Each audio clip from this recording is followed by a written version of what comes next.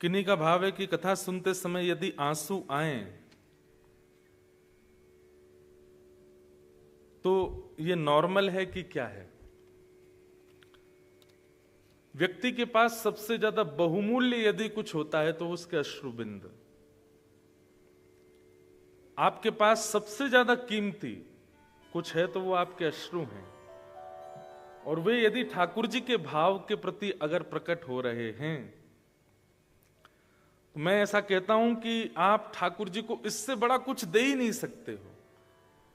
संसार के लिए रोना आ जाता है, विपत्तियों में रोना आ जाता है, अपनी किसी इच्छा की पूर्ति ना होने पर रोना आ जाता है, लेकिन ठाकुर जी के प्रसंगों को सुनकर के या केवल भगवत भाव सुनकर के नेत्र सजल हो जाएं,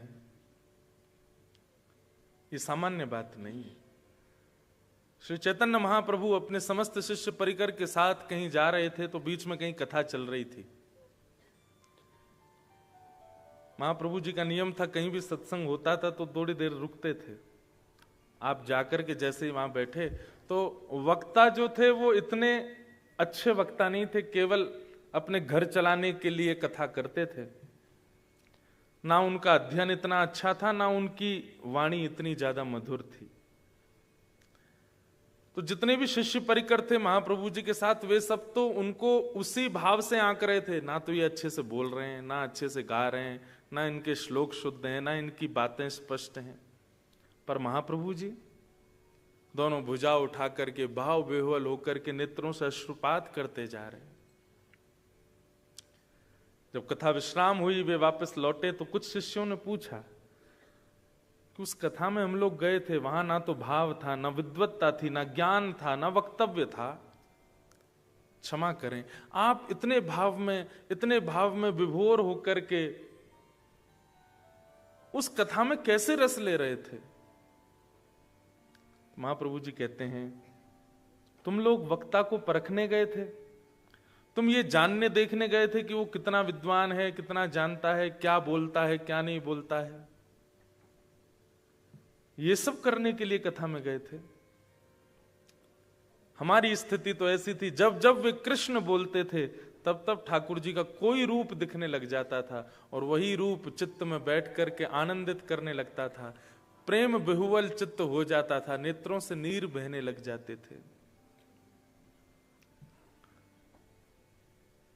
महाप्रभु जी के उस भाव को सुन करके उनके शिष्यों को बड़ा अपने ऊपर खेद हुआ कि हम क्या कथा सुनते हैं।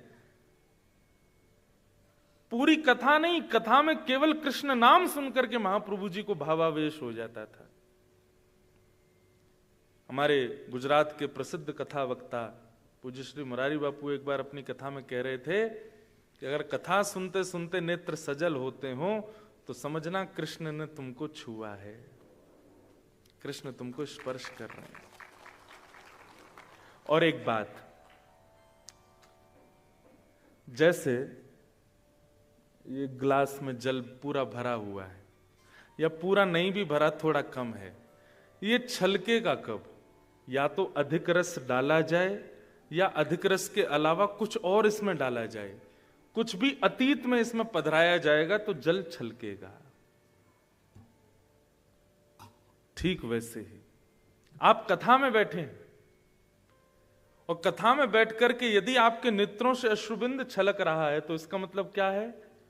या तो रस पधराया जा रहा है, जो बात आप सुन रहे हैं वक्ता के मुख से, वो आपके चित्त में ऑलरेडी इतना रस है कि उसमें जब वह रस का भाव जा रहा है तो नेत्रों से छलक रहा है। इसका मतलब ये इस बात का द्योतक है कि आप कथा को सुन नहीं रहे हो, पी रहे हो, ले रहे हो भीतर। ये बहुत बड़ा प्रमाण है।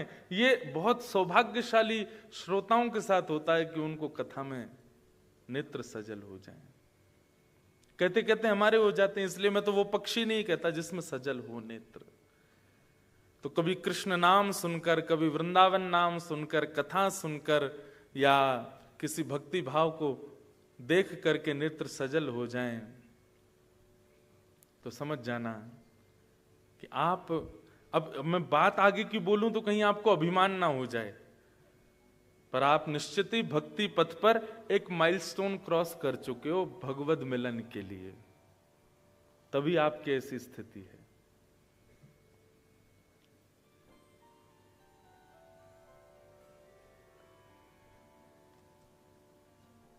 अनेक भाव हैं। तो ये अच्छा है अगर ऐसा होता है। बस एक प्रयास कीजिएगा, मूल्यवान वस्तु को छुपाया जाता है, मूल्यवान वस्तु को ज्यादा प्रदर्शित नहीं किया जाता, नहीं तो नजर लग जाती है। और दूसरा, चोरी होने का भय होता है। कृष्ण विरह में निकले हुए अश्रुबिंद बहुत मूल्यवान है। अगल बगल वाले, आगे पीछे वाले आपके भाव को नहीं समझेंगे। वो हो सकता है आपके प्रति क्या भावना रखते हो। इसलिए प्रयास कीजिए कि जब यह ऐसी स्थिति हो तो या तो सिर झुका लीजिए या नेत्र बंद कर लीजिए, कैसे भी करके किसी को दिखे ना, क्योंकि आपका भाव प्रदर्शन ना मान लिया जाए।